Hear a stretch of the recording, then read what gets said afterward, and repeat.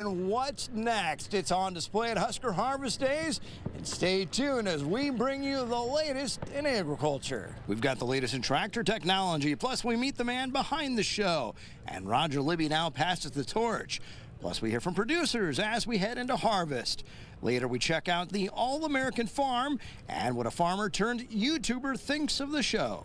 On location at the world's largest totally irrigated working farm show, it's time to grow.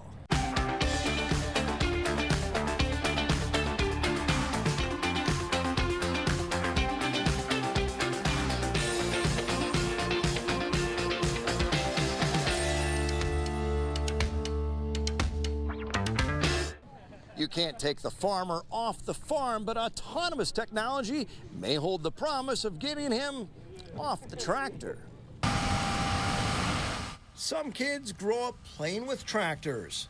A fortunate few still do. It's fun to dream, fun to look around and kind of see what's new and what's coming up.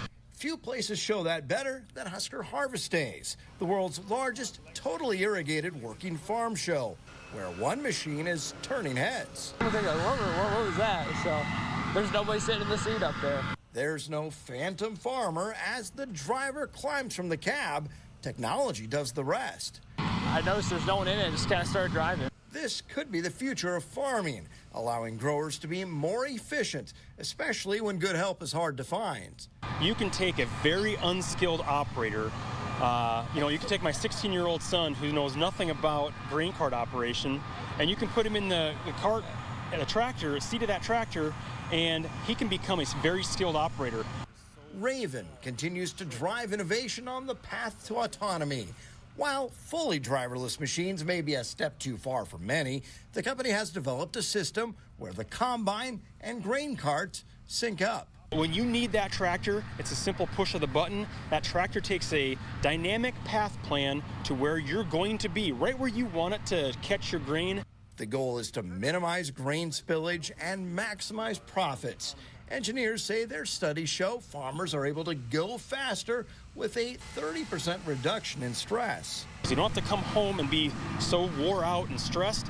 You can still have good conversations with your family. So we're not only looking at the farming overall operation, but we're also looking at quality of life as well. As this modern headless horseman gallops across the plains, it's no legend of a bygone era, but possibly a herald of a new age. We've got rave reviews on it. Customers are hungry for this product. Before volunteers park pickups, before farmers check corn residue, Roger Libby grooms the grounds. Yeah, I drive around and look for problems, and I probably shouldn't be doing that. He shouldn't, because it's not his job. That's his son Jason's responsibility. After 40 years, Roger may be retired, but not resting. He's still out here every day. It's in his blood. He'll be out here for years to come. The elder Libby started in the mid-'80s, but Jason's no rookie. He's already had 30 years of experience out here tagging along with me, so he knows exactly what to do. In some ways, Roger says Jason's better equipped since he's able to delegate. I was kind of a hands-on guy, and do it yourself or it's not going to get done right. He's a better manager than I am. That's important as Husker Harvest Days has grown, and the number of real-world demonstrations covers the gamut. Yeah, there's anything from A to Z out here. Horse training. Combining the tillage to hay. We got stock dog trials and autonomy, strip till. We have drones. This is the world's largest, basically live demo. Jason puts much of that technology to use, no different than the visitors the show attracts. You know, he's a regular farmer, so that's what you learn here. That's why people come here. Roger's plowing new ground, but retirement hasn't taken root just yet. This show has been part of my life for almost 4 decades, and it's probably never going to end till they put me away. DJ Ihusen from Chief Industries. We are seeing quite a show here at the site at Husker Harvest Day. Yeah, Steve, this is pretty exciting. We're out here at the show this year. Beautiful day, great day. We're really excited in the fact that we're here at our all-new, brand-new site that we moved to this last year. And I have to tell you, as the lead sponsor of Husker Harvest Days, we like to say we're all in on this site. And Beth, tell me, what are folks going to see? You're calling this the All-American Farm. We are. We're calling it the All-American Farm, really executing Chief's vision. And we're encouraging people to come out, walk the farm, see what a potential home could look like on your homestead, your shop, and your grain storage as well. It's very exciting out here. I mean, Chief really can build about everything you're going to need at your operation. Absolutely. You can just vision your entire generational farm right here. That's awesome. And you know her as Laura Farms off YouTube. You're checking things out here today, too. Absolutely. As a producer, I come to Husker Harvest Days to see advancements in equipment and technology, and Chief has done a really great job of putting together what a dream farmstead can look like. How many videos are you going to be making out of this getting on YouTube? Probably a few, huh? Oh, probably a few, yeah. And DJ, you guys are easy to find because, I mean, you're really right about in the centrally located here. Yeah, we are. We're lot number 846, really kind of the center of it all. I need to also point out that this year's site is about 3 times larger than what we had before. And as Beth mentioned, our goal here was as you stand off to the side, you can envision your entire farm. It's your home, it's your bin, it's your storage shed. It's everything you need on the farm. Well, very good, guys. Hometown Chief Industries investing in a big way here at Husker Harvest Days. Hamilton County farmer turned YouTuber Laura Wilson, known as Laura Farms, shared her thoughts about what makes Husker Harvest Days the place to be. So like I said, this is a really community-based event.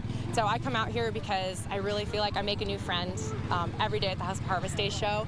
I really appreciate that the food stands support local schools. That makes me feel a lot better about buying 2 lunches for myself.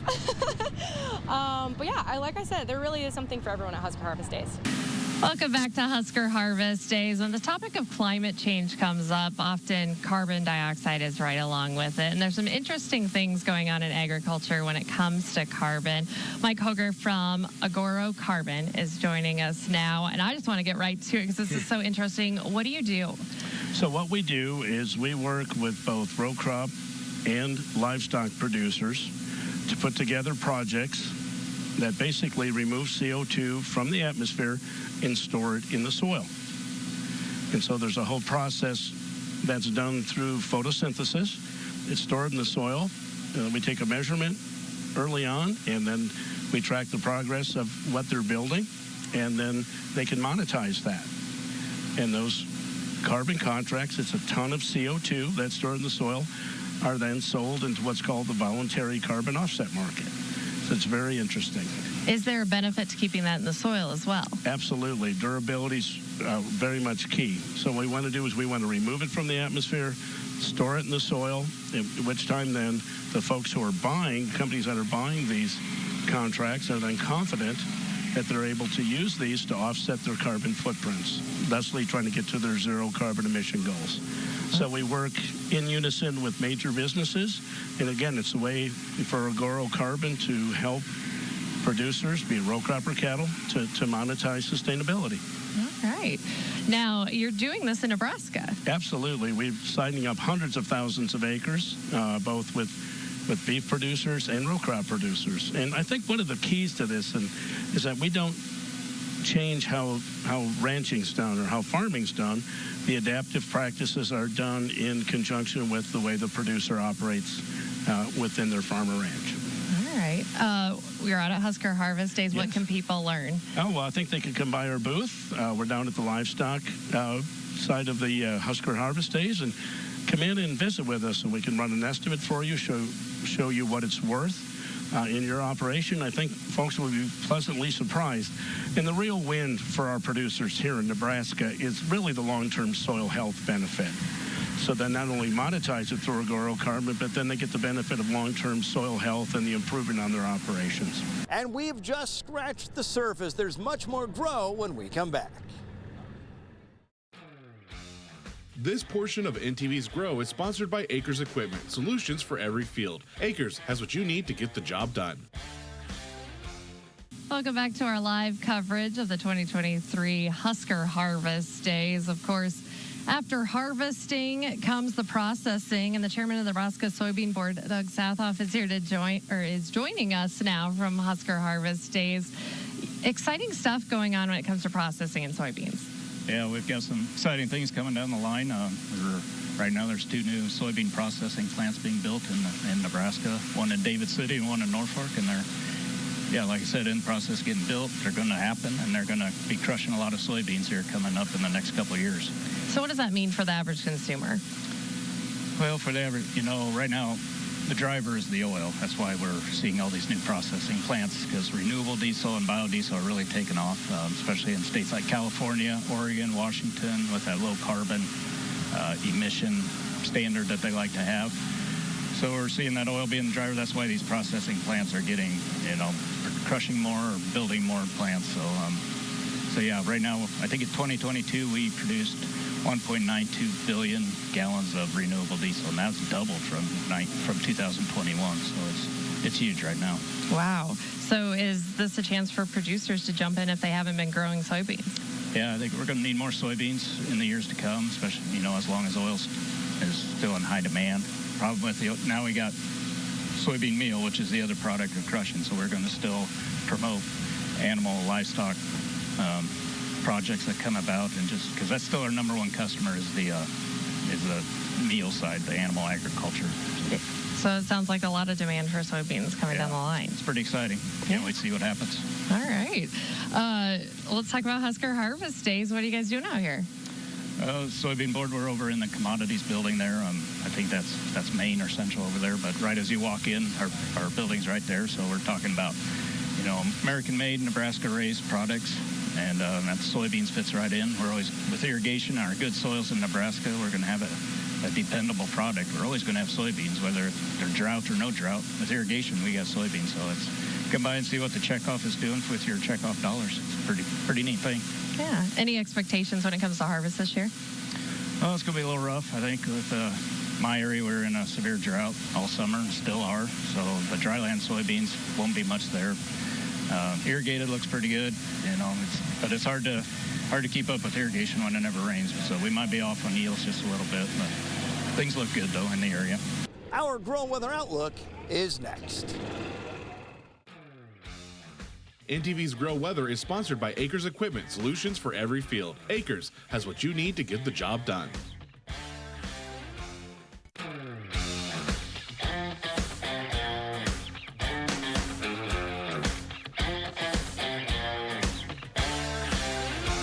The drought monitor released earlier this week still looks very similar, of course, compared to last week across the Central Plains, where it remains rather dry. As you can see, of course, we did have a couple slight improvements in both states, in both Kansas and Nebraska here this last week. Let's look at the state of Kansas right now is no drought, 17.75% in that category. Otherwise, abnormally dry, roughly 82.25% there. Both of those categories, roughly 1.5% improvements from last week. Moderate drought, roughly at 68.5%. Severe drought now at 47%. Both of those 1.25% improvements from last week. Extreme drought still at about 20.2% there. Exceptional drought still in 1.65% of the state, mainly across parts of eastern and southeast Kansas in that exceptional category. Get a look now at Nebraska, where did have a couple slight improvements. Yet again, no drought, roughly 31.5%. Abnormally dry, roughly 68.5%. Both of those 1% improvements from the week prior. Modern drought now at 48%, a 2% improvement from last week. Otherwise, the rest of the drought monitor looks fairly similar compared to last week across the Nebraska, that is. Severe drought roughly is 28.5%. Extreme drought still 14%. And exceptional drought still parts of east central Nebraska there. 1.31% of the state in the exceptional category. Now, September temperature outlook here still indicating above average temperatures expected for both Kansas and Nebraska. In fact, parts of extreme southern Kansas expecting well above average temperatures there for the rest of the month. And of course, the precipitation totals here for the rest of the month still expecting below average precipitation totals for Kansas. Most of Nebraska, the only exception there, parts of northwestern Nebraska, extreme parts of the panhandle, otherwise average precipitation there. Average temperatures are expected for most of the area these next couple of months as well. Maybe some above average temperatures there for southwest Nebraska, extreme southwest Nebraska and southwest parts of the Nebraska panhandle. Moving along here to precipitation for the next 3 months. Still, of course, this is the same as last week as well. Average precipitation totals expected for really all of Nebraska and Kansas. And speaking of rain, we got some chances of that this next week as well. Some spotty chances to start the week off. Of course, temperatures a little bit warmer as we start the week as well, but a better chance of rain towards the end of the week. temperatures on the cooler side to boot. So temperatures cooling off as the week wears on. The Grow Almanac indicating temperatures around this time should be around 78, normal low right around 52. The week ahead, looking at an average high of right around 82 degrees. The week ahead, right around 56 for an overnight low. The Grow proverb for the week, the 3 days of September 20th, 21st, and 22nd rule the weather for October, November, and December. Of course, we got some rain in the forecast. Maybe a wet October, November, and December. I guess we'll just have to wait and find out. That is your look at this week's Grow Weather Report. Stay tuned next week when once again it will be time to grow.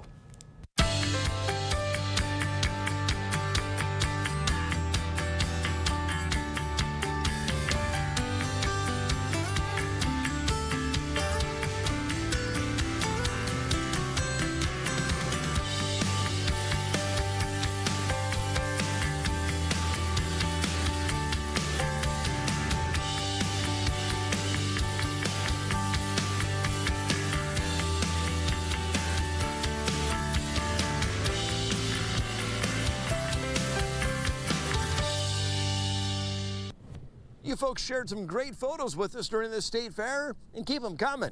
Go to our website, nebraska.tv, and chime in. Ag Youth of the Month is sponsored by Landmark Implement. Experience the Landmark difference with locations across Nebraska and northern Kansas. The governor and Nebraska Farm Bureau putting pressure on local office holders to do something about high property taxes. For eggs, #1 market for pork, #2 market for beef. Nebraska agriculture is known the world over. We have to grow it and we have to sell it. But just back from Japan and South Korea, Governor Jim Pillen sets his sights locally on schools, cities, and counties planning to raise taxes. Stop spending money because it's so easy to spend somebody else's money. If we all get more involved, we can make sure that we have the best tax environment to live for our next generations. And folks can send that message over the next couple of weeks. A law that went into effect last year requires local boards to hold a public hearing if their tax increase goes beyond a certain level. Pink postcards notify taxpayers who can then weigh in. And so we need to show up. We need to have our local officials understand what impact that has on us and tell them how to spend the money. It's our money. Governor Pillen joined Farm Bureau at Husker Harvest Days to highlight efforts to provide property tax relief. For that $1 billion education future fund, making sure we had foundation aid going out across is really going to help that. All the progress we made this year nearly is going to be erased by valuations going up 20%, sometimes 30%. And if we don't control spending and we don't lower our levies, all that tax relief we're doing is going to go away.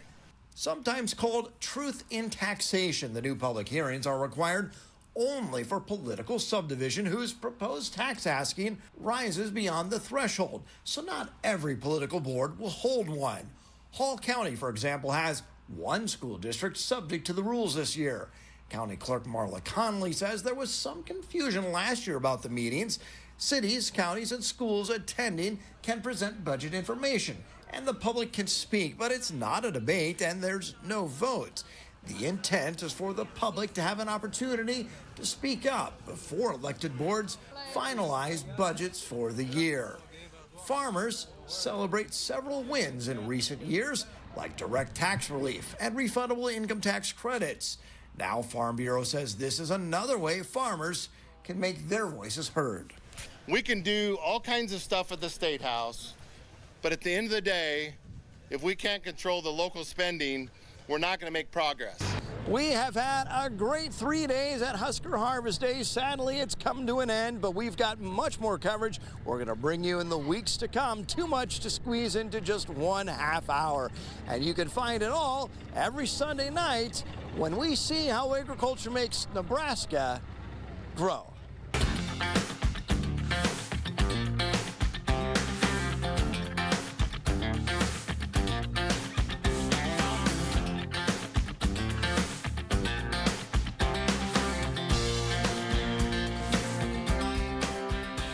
NTV's Grow is brought to you by Aurora Cooperative. Tougher together, Aurora and you.